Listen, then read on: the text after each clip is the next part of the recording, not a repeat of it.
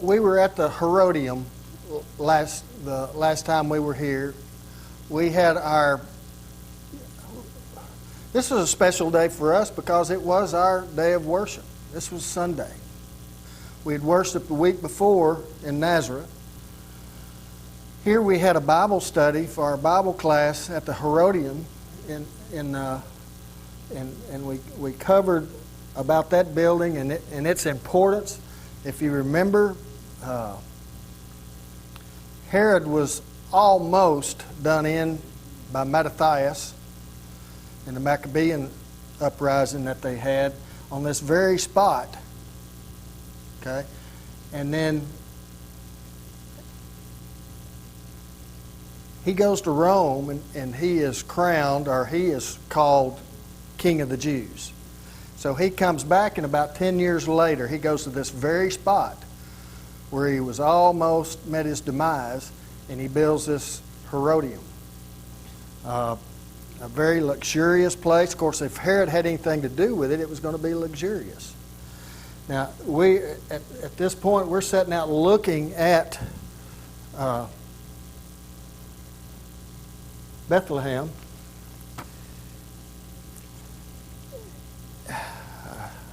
Need to get.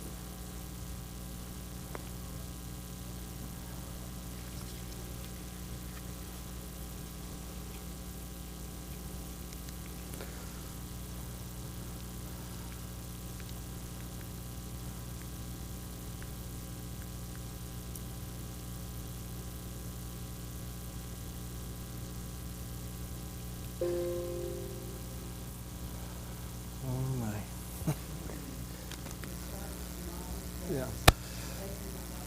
But this area back up in here would have been, I can't get the pointer to light up, but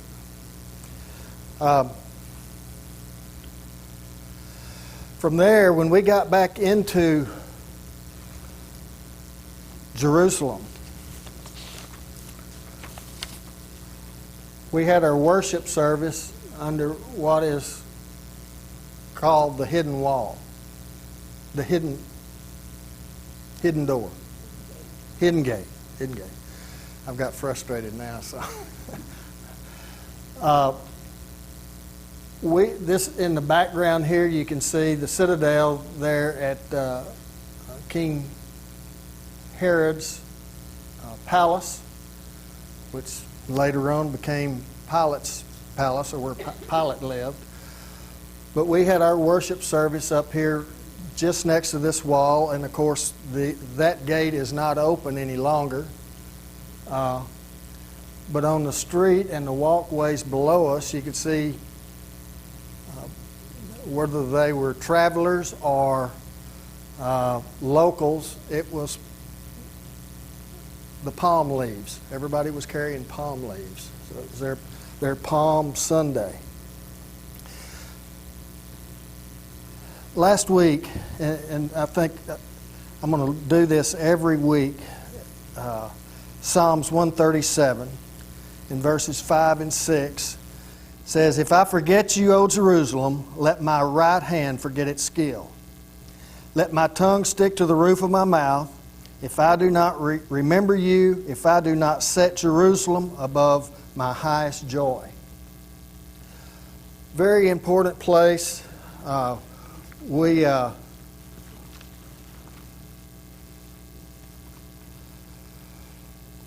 Our worship service here, that particular day, there was a young man that was a preacher from California that was on the trip with us. He delivered the message, and the title of that message is "Behold the Man."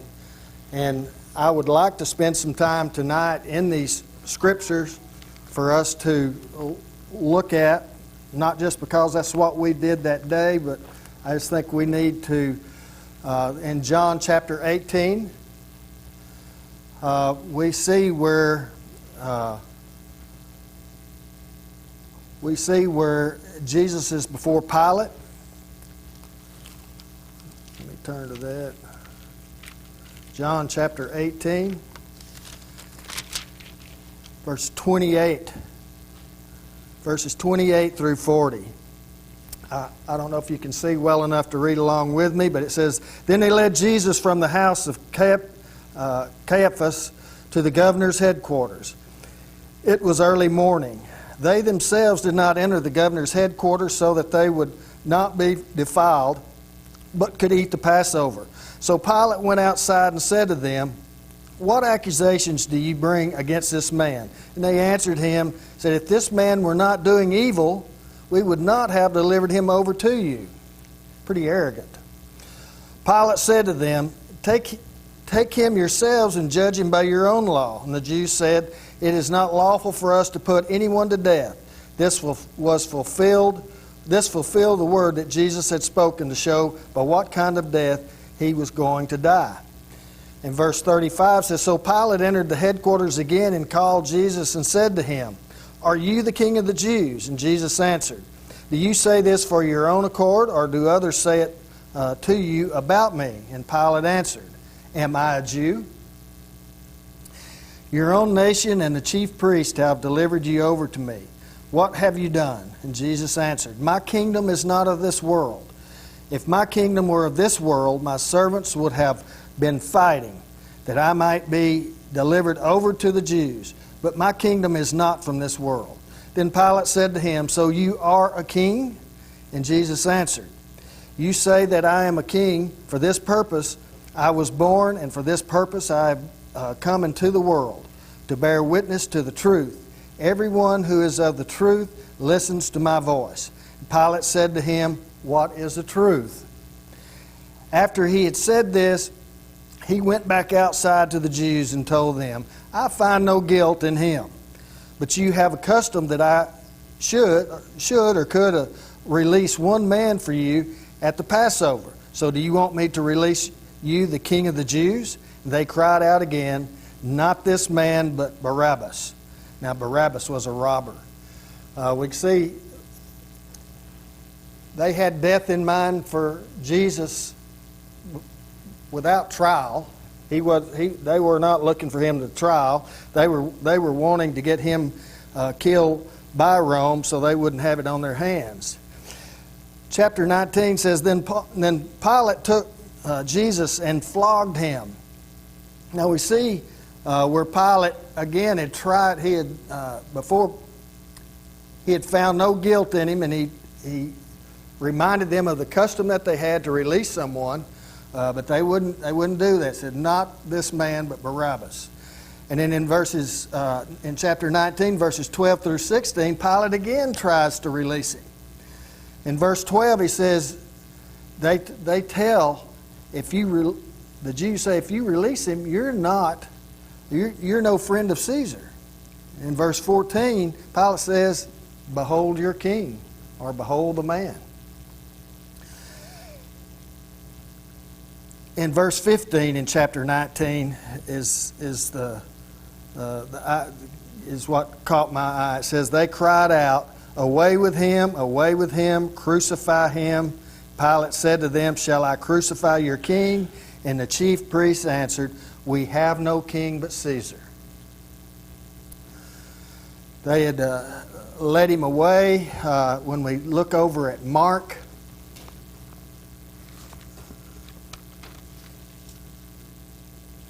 chapter 15.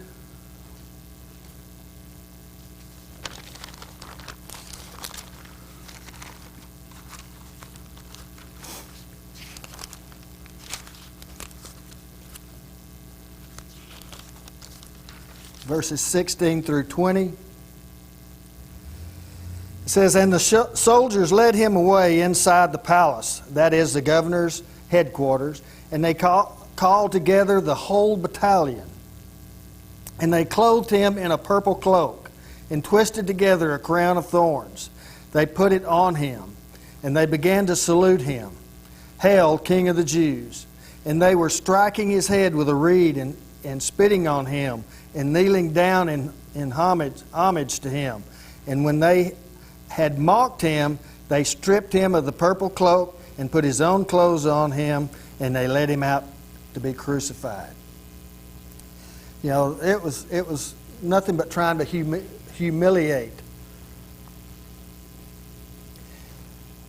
The crucifixion there in 21 says, "And they compelled a passerby, Simon of Cyrene, who was coming in from the country and father of Alexander and Rufus, to carry his cross. And they brought him to the place called Golgotha, which means place of the skull. And they offered him wine mixed with myrrh, but he did not take it. And they crucified him and divided his garments among them, casting lots for them to decide what each should take.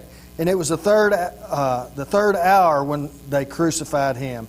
And the inscription of the charge against him read, 'The King of the Jews.' And with him they crucified two robbers, one on his right and one on his left. And those who passed by derided him, wagging their heads and saying, 'Aha, you who would destroy the temple and rebuild it in 3 days, save yourself and come down from the cross.'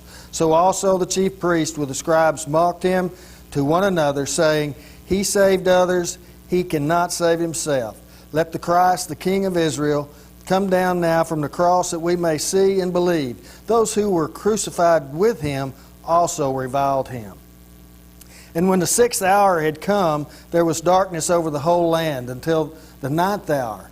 And at the 9th hour Jesus cried with a loud voice, 'Eloi, Eloi, lema sabachthani,' which means, my God, why have you forsaken me?'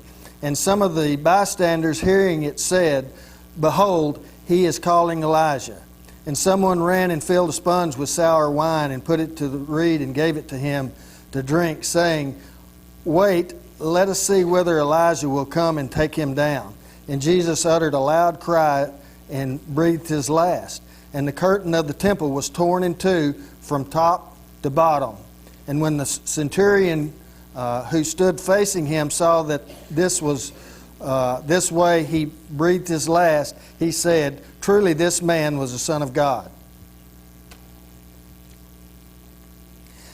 There were also women looking on from a distance. Among them were Mary Magdalene and Mary, the mother of James the younger, and Joseph and Salome. And when he was in Galilee, they followed him and ministered to him. And there were also many other women who came up with him to Jerusalem.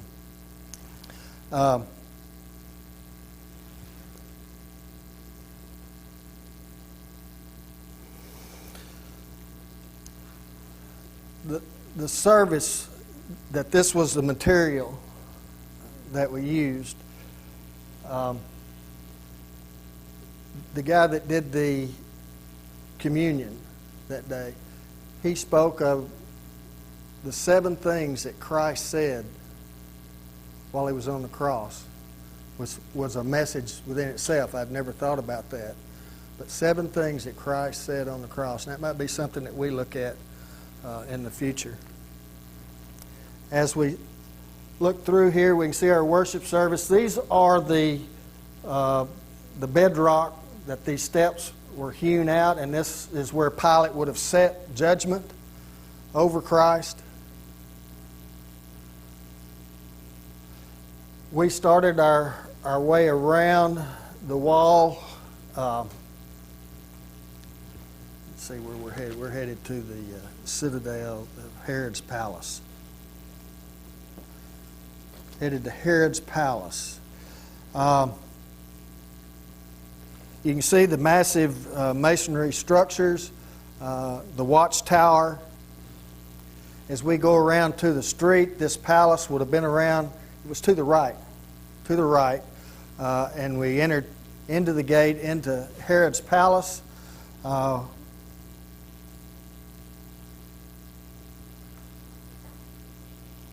See the citadel wall there after we went through the gate into the palace. We went down into this large structure like a hallway that had long rooms going off to each side here, and just a lot of storage, a lot of space for whether it was for banquets or what, we don't know. You can see there's just so many different places in this palace, rooms and storage areas, I know there were mikvahs there also. This is on the interior of the palace. You see the porticos, you'll notice.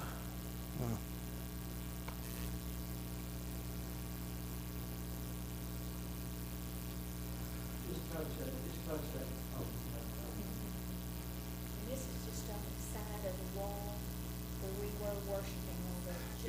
Just on the other side is this is where that hidden gate used to be, and we were on the other side of this wall, yes, for our worship service.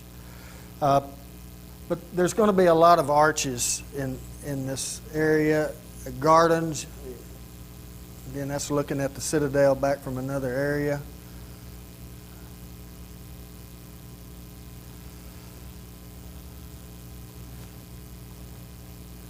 This is part of the citadel here on the right, and you can see the layers, the porticos, archways going into different rooms in the wall, interior of the wall.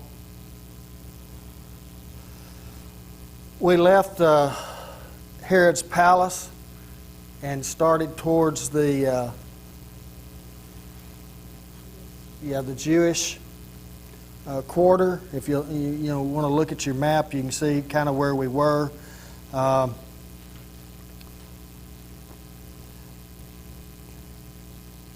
This big menorah that's here, that's under glass, is right in the. This is basically a. If I could describe it, it would be just an area, a courtyard area where people kind of gather. There are different restaurants and places to eat and things, fast food in Jerusalem. Around there, you could get ice cream and all kinds of fruit drinks and stuff. But we walked through this area.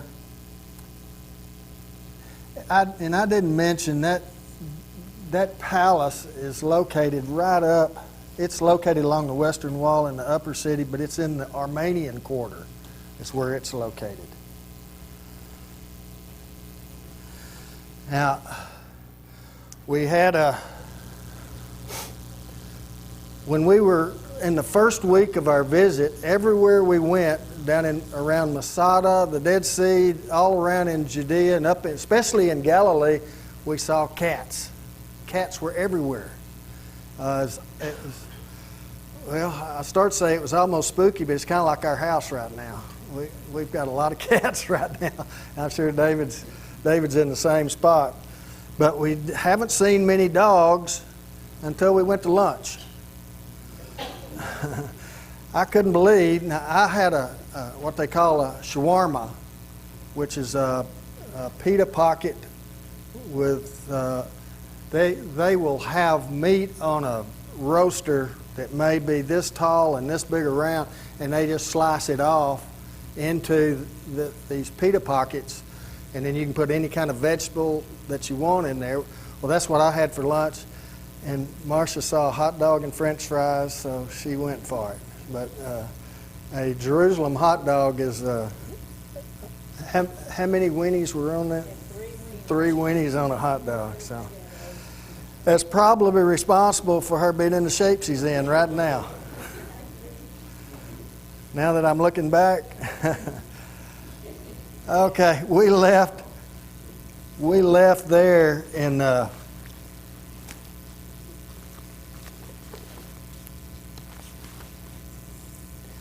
We were walking towards the city of David, but we stopped and took, as we go down these steps, we'll do some switchbacks and actually head back over our left shoulder down towards the city of David, if you can see where it's located on your map. But we stopped and took Pit Rock, Mount Moriah. Yeah, you can see right down this white area here, right up on this wall. This is the remnants of the temple wall that was destroyed in AD 70, so that's where they go. One of the guys that we listened to, one of the historians that we listen to, some says it's like for the Jews, they go there, that's as close as they can get to God, and when they go there to pray. And by the way, they pray 3 times a day. From what I can understand from Jewish tradition, they pray 3 times a day for that third temple to come and come during their lifetime. And they've been doing that for how many years? Since 70 A.D. And of course, that's where they want it. Right there where the Muslims are, on the Dome of the Rock. But as we walked around, we get around to, here we're still on the way to King David's palace, but we're looking up the Kidron Valley there, and you can see a lot of the tombs. You can see Mount Scopus in the very background there. This area here is where we came in that first day to Jerusalem and took just kind of the panoramic pictures that you could see all of that. There's, if you remember from our other lessons, there's 3 of those mountains, hills, whatever you want to call them, on the east side of Jerusalem. There's Mount Scopus, there's the Mount of Olives, and the Mount of Offense. And we'll get to a picture of that here in just a moment, but I'm almost certain that is the place we saw. When you look across there, you see a building and it has a pair of eyes. You've seen how you can draw eyes, Ethan? And you can make them look any way you want them to look by the way you draw them. And we saw a building over there with a big set of eyes. Well, I don't know if you've ever seen any artwork that some of the modern day artists will do, especially nature artists. They'll like draw a painting that's with photorealism of, say, a bunch of aspen trees. And when you first look at it, that's all you can see is the trees. But when you back off and really start evaluating, then you'll see maybe a moose, maybe a horse, maybe an Indian. There'll be all kinds of things hidden in there. Well, we stayed there long enough, we started searching, and those eyes were everywhere on those buildings. And it's like, you know, this is the Mount of Offense, and why is it called that? Anybody? Marcia? Go ahead. It's because King Solomon let his wives persuade him into building temples for their foreign gods on that hill. And so they had temples for this, that, and they offered children sacrifices and everything else. So that offended God big time. So that is the hill of offense. Hill of offense or hill of corruption. You know, it's still known as that today. That's where the Muslims are. And they're watching you. They're letting Israel know we're watching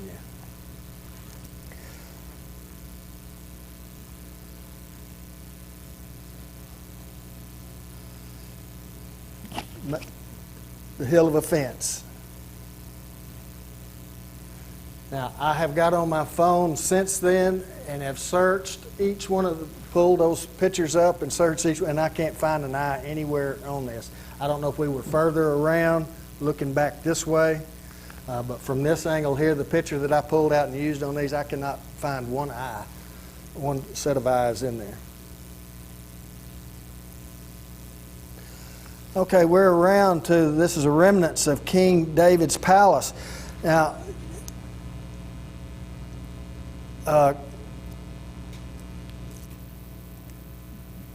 they have not been excavating here very long at all. If I'm not mistaken, it was since like 2005.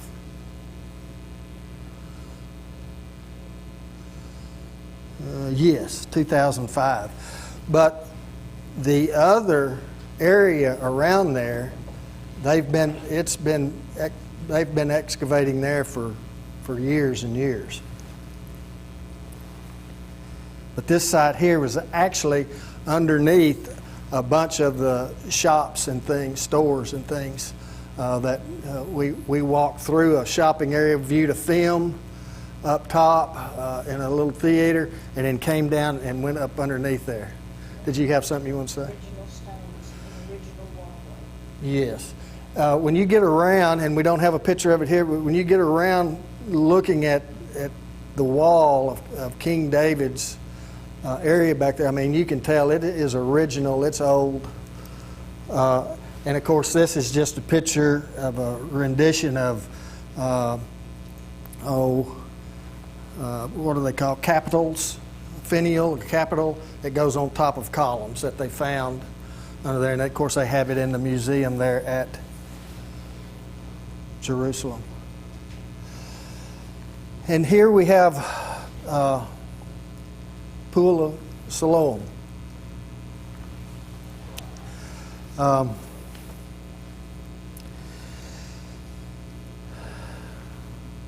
Water. Water in high places, walls, fortification. But water is the life-giving. They have to have it, and this is going to represent. I do not have any pictures of Hezekiah's tunnel. We talked about it quite a bit on the intro before we came coming into Jerusalem. Hezekiah began his reign as king at age 25, and he anticipated very early that he was going to have to confront or contend with the Assyrian army that was rising in power at that time. And he fortified the city by building a protective wall around the Gihon Spring. And if you'll look at your map, you can see the Gihon Spring, we've marked it on there. And he constructed a tunnel from that Gihon Spring into this Siloam Pool. Now this Siloam Pool's just been, they're excavating on it right now. They had just found it and had started when we were over there. So it was not, they had a pipe to rupture in the city, and when they started digging, they hit some bedrock with some steps carved in them, and it shut things down, and it just so happened to be the Pool of Siloam. It was the size of 2 Olympic swimming pools, and it was a straight pathway coming into Jerusalem to go to the temple, and it was a large mikveh. This is where they got their first purification when they came through. This is one of those places where you can say, I want to walk where Jesus walked. We know that Jesus was there. The tunnel that I can't tell you historically, I know there's a Hezekiah's tunnel, but there's also a Canaanite tunnel. The Canaanite tunnel is dry because we had the option when we went through there, Tim, you could either go on take the wet walk, or you could take the little shorter dry walk. I don't know if the dry walk, I know it was shorter, I don't know if it was any more uncomfortable. The water ranged anywhere from 12 inches deep up to here on me. So it was up and down. At times the walls were, where we went in, I know the walls weren't but about 2 foot wide. You say, well, I don't know if I can get through 2 foot wide or not. But unless you have a house built with ADA plans, all bathroom doors are 2 foot wide. So that's about how wide that tunnel is. But it's a little different than walking through a 2.0 door and walking down a tunnel that's 2 foot wide and as far as you can see. But this tunnel was built about 700 BC. I made a mistake. Marcia told me I called it sandstone last week. It's limestone. Sandstone wouldn't last very long with water running through it because this water has run through this since the construction, and that would make it 2,700 years that this thing has had water running through it nonstop. It's 1,750 feet long. In places it's not but 5 foot tall, and in places it may be 30 foot tall. The miraculous thing about it is they started on each end, and it's nothing straight about it. It's winding and curving and they met without GPS. Okay? You can still see the chisel marks on the wall where they carved out the limestone. And I think I mentioned it the last time we were finishing up with this. One team that was coming in one way had a round cave at that spot, and the other ones that came in and met it was rectangular. So you can see exactly, exactly where they met.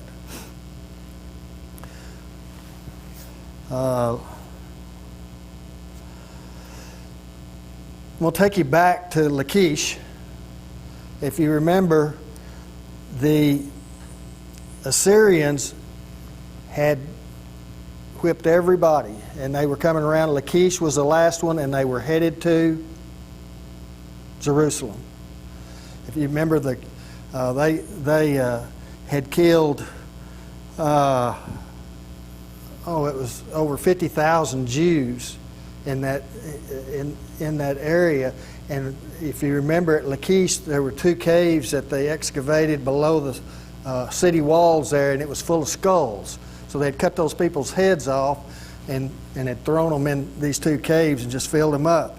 And this is Hezekiah. He's already started preparing. He's got his tunnel dug. He's got his water, and he's fortified. But he takes the time to pray to God. In 2 Kings chapter 19, verses 14 through 20. And I'm going to read that to you. 2 Kings 19, verses 14 through 20. It says, Hezekiah received the letter from the hand of the messengers and read it. And Hezekiah went up to the house of the Lord and spread it before the Lord. And Hezekiah prayed before the Lord and said, O Lord God of Israel, who is enthroned above the cherubim, you are the God, you alone, of all the kingdoms of earth, and you have made heaven and earth. Incline your ear, O Lord, to hear, and open your eyes, O Lord, and see and hear the words Sennacherib, which he has sent to mock the living God. Truly, O Lord, the kings of Assyria have laid waste the nations and their lands, and have cast their gods into fire. For they were not gods, but the work of men's hands, wood and stone, therefore were destroyed. So now, O Lord, our God, save us, please, from the hand of all these kingdoms of the earth, may know that you, O Lord, are God alone. And if you drop over to verse 35, and that night the angel of the Lord went out and struck down 185,000 in the camp of the Assyrians. And when the people arose early in the morning, behold, those were the dead bodies. He prayed here to overcome the Assyrians. God helped him. Then here in 2 Kings chapter 20, Hezekiah prays again. He finds out, Isaiah tells him, Prophet Isaiah says, get your things in order. You're fixing to die. What does Hezekiah do? He prays for more. God gives him 15 years. Gives him 15 years. And but what mistake did he make? He had 15 years. Yeah, that and he gets a congratulations or I hope you're feeling better or whatever from the king at Babylon. And Hezekiah makes a mistake. He takes him and shows him everything. Shows him all of his gold, all of his silver, all of his treasures. What's coming? Babylon, exactly. So, Babylon is coming. I'm going to look at John chapter 4. John chapter 4. We've talked about water and the importance of water. me make sure I don't have any more. No, I'm going to stop right there. This is in the Garden of Gethsemane as we first get in there looking back towards Jerusalem. John chapter 4, verses 9 through 14. And we saw, yes, that's fine. You can turn it how important water has been everywhere we've gone, from Galilee down to the Dead Sea, to Masada. Water. And they carried water a long way to get it to where they were fortified. And I want to read to you about the water that Jesus Christ is talking about here in verse 9. If I'm in the right place, verse 9. It says, the Samaritan woman said to him, how is it that you, a Jew, ask for a drink from me, a woman from Samaria? For Jews have no dealings with the Samaritans. Jesus answered her, if you knew the gift of God and who it is that is saying to you, give me a drink, you would have asked him and he would have given you living water. Okay? The woman said to him, sir, you have nothing to draw water with, and the well is deep. Where do you get the living water? Are you greater than our father Jacob? He gave us the well and drank from it himself, and as his sons and his livestock. And Jesus said to her, everyone who drinks of this water will be thirsty again. But whoever drinks of the water that I will give him will never be thirsty forever. The water that I will give him will come in him a spring of water welling up to eternal life. And that's the water we're looking for today. That water, Freddie, is important to us today. We need water. We're measuring water. We don't think we drink enough, so we're measuring water right now, trying to make sure we're drinking enough water. But this is the water we need to be measuring. This is the water that we should be taking in for that life after. And I'm gonna use this as an invitation, Darwin. And we're going to sing hymn number 660. I think it's the one we sang last week. But we're talking about Zion, and we're going to keep that theme. But if anyone has a need, whatever that need may be, if you will,